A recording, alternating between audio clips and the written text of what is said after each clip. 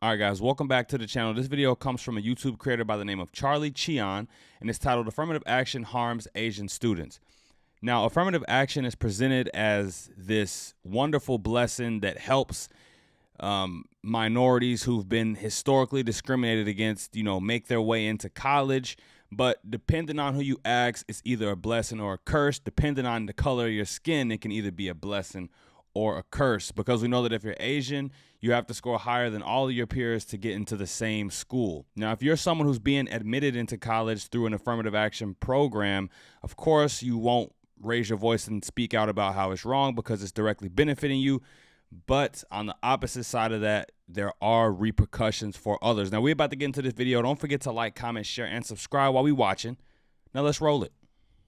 Affirmative action hurts Asian people. The evidence is concrete, but proponents of affirmative action do not want to acknowledge this truth because they know that if society starts acknowledging this truth on a wide-scale basis, some people may reach the conclusion that there is something perverse about a policy whose underlying rationale is about remedying harm that in practice acts to harm another. And here's my honest opinion, I have no idea what to do with this situation, because affirmative action is intended to do good, and does do some good. But my opinion is that proponents of this policy do not want to acknowledge its harmful side, because they think it'll hurt their case. But regardless of that, there are things that need to be said for this discussion to be fair to Asian people. So let's go over some important points one by one. Firstly, race is the determining factor in college admissions, not in all cases, but in a lot of cases. And I'll explain to you why that's important. Those who are defending affirmative action in the court of law, including colleges, powerful organizations like the ACLU, and currently the United States government, are lying by arguing otherwise. Here's what they say. They say that admissions process is holistic. Race is considered as one of many factors, and that each applicant is viewed individually on the strength of their applications. And the reason why they argue in those terms is because of the Supreme Court precedent, Grutter, that held that race-conscious admissions policies do not violate the Constitution if race is used as one factor among many. Whereas, if race were to be the only factor, that would presumably violate the equal protection of the laws. So let's explore how the Grutter decision, despite the fact that it was well-meaning, led to an outcome that directly contradicted the Supreme Court's vision for the role of race in college admissions. It turned out that race became the determining factor in a significant portion of college decisions. One small point to go over is that the court said that race can be used as a plus factor, but not a minus factor. This doesn't make sense, because college admissions is a zero-sum game. There's a limited number of offers colleges can make. Wherever there are multiple parties vying for a limited resource, an advantage for one side necessarily equates into a disadvantage for the other side, like cutting a cake. When you cut a bigger piece for one party, that necessarily means that the other party gets a smaller piece. That's the zero-sum game. If race is used as a plus factor for certain groups, that automatically translates into a minus factor for groups to whom this plus factor is not bestowed when the matter involves competing for limited spots. So the idea that race can be used as a plus factor but not a minus factor is paradoxical. But more to the point, here's how race is the determining factor in many cases. For any given college in any given year, the quality of their admissions pool looks like a bell curve. There are some on the either ends who are so obviously qualified and so obviously not qualified as measured against that standard of that specific college. Qualification encompassing everything that colleges look for in admissions: academic credentials, extracurriculars, and essays. But by and large, most people fall within the middle range. And it is within this middle range where colleges have the most leeway in deciding whether to offer applicants an admission. So let's first look at where race is not the determining factor. It is not a determining factor at the either ends of the bell curve.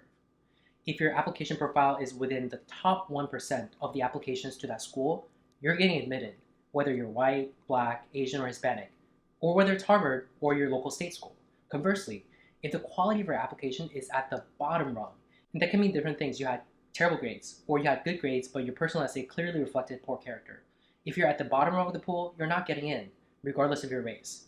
But in the middle, which is where most applicants of all races are, and where colleges have the most leeway in making admissions decisions, race becomes the determining factor in many cases. And this can be measured by probability. Everyone knows that if you fall within this middle range, your chance of acceptance can vary significantly depending on your race. In fact, there are websites that use the historical data of college admissions to gauge your chance of acceptance at a given school. And you can plug in the stats, your GPA, your SATs, and it asks you for one more thing, your race.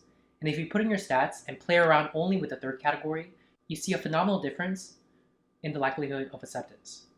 If, as a member of one race, you have a high chance of acceptance based on an application profile within the middle range of the bell curve, let's say hypothetically 3.7 GPA, 1450s SATs, run-of-the-mill extracurriculars, and if that exact profile were to belong to a member of another race, the same would give the latter a low chance of being admitted. How can you argue that race is not the determining factor? Of course, you can try to muddle it up with some gobbledygook and say, oh, they consider essays and personal history and blah blah. But the cases where personal history or your essay makes a material difference are outlier cases. When you have some phenomenal story, you've overcome an extremely rare and extraordinary difficulty in your life, or you won the Nobel Peace Prize. For the vast majority of the applicants, when you boil down to it, your academic credentials is the most important factor, and whether your academic credentials are considered up to par with the college's standard varies significantly depending on your race, i.e., race is the determining factor. Putting the consequences of this fact in different numbers, according to a Princeton study, Asian applicants have to score 140 points higher in the SATs than white applicants, and 450 points higher in SATs than black students to get into the same school. In fact, see the stats in any competitive schools, Asians have to get far higher SATs, higher GPA than any other race to get into the same school. Now let me pause this so you can take a look at this chart. As you can see, Asian Americans lead in the pack at the top here.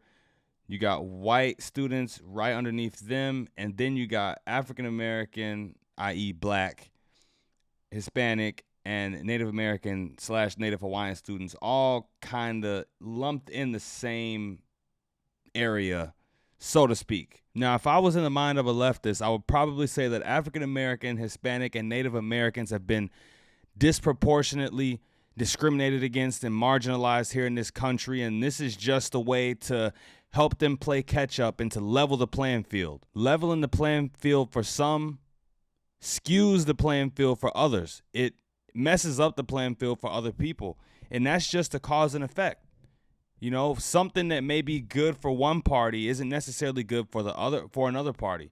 And when you have to constantly outwork everyone else in your school, I mean, just to get into school, I just see that as not fair. Now, this is just my opinion here. I'm not necessarily spitting any facts, but you let me know.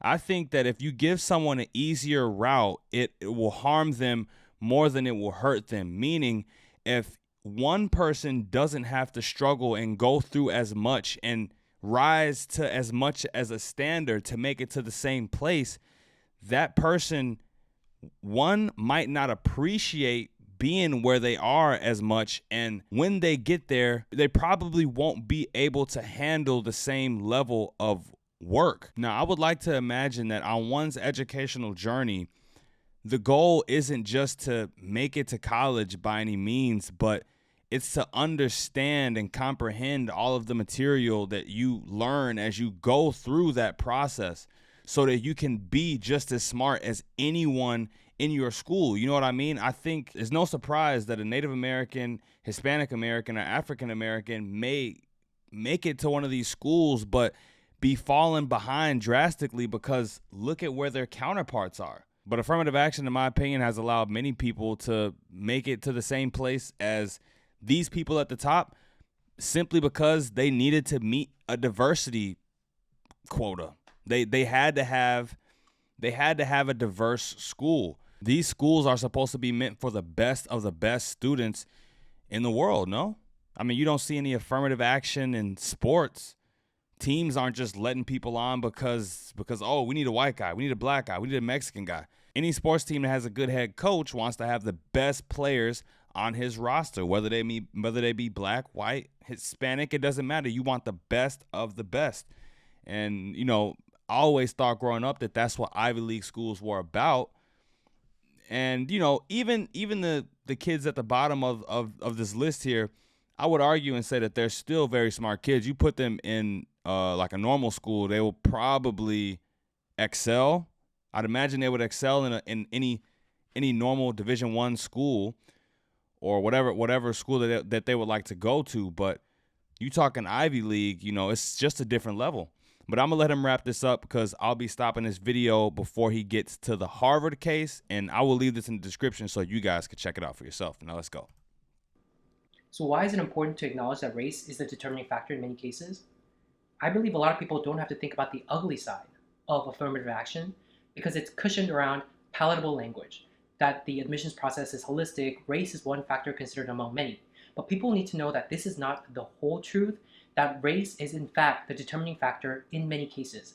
People need to know because this fact drives home the ugly side of affirmative action, that it disadvantages Asian kids.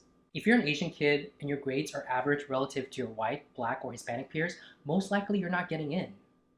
If you, as an Asian kid who did not get in, would have been more likely to get in on those same stats were you to be white, or far more likely to get in if you were to be black or Hispanic, that means you didn't get in because you're Asian. Race was the determining factor. This is the ugly truth that society is not facing up to. Asian parents feeling the need to hire the services of agencies who specialize in concealing the Asian identity of their kids in their application, that's ugly. Wow. Happening in 2022.